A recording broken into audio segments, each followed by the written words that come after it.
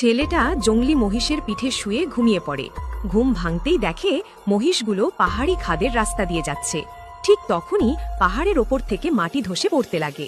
ছেলেটি বাঁচার জন্য পাহাড় থেকে ঝাঁপ দেয়। ছেলেটি পাহাড় থেকে গড়িয়ে নিচে নামতে থাকে। ছেলেটি গড়িয়ে পানিতে পড়ে, অল্পের জন্য প্রাণে বেঁচে যায়। ছেলেটি একটি ভাসমান গাছের ওপর উঠে পানির স্রোতে তাকে নিয়ে যায় গভীর অরণ্যে। সেখানে তার সামনে পড়ে এক বিশাল অজগর। অজগরটি ছেলেটিকে শক্ত করে পেঁচিয়ে ফেলে। যখনই অজগরটি ছেলেটিকে খাওয়ার জন্য মুখ খোলে, তখনই ছেলেটি জ্ঞান হারিয়ে ফেলে। ছেলেটির জ্ঞান ফিরতেই ভয়ে চেঁচিয়ে ওঠে। সামনে ছিল ভালুক। ভালুকটি গুহার বাইরে যায়। সেখানে ছিল মৌমাছির চাক।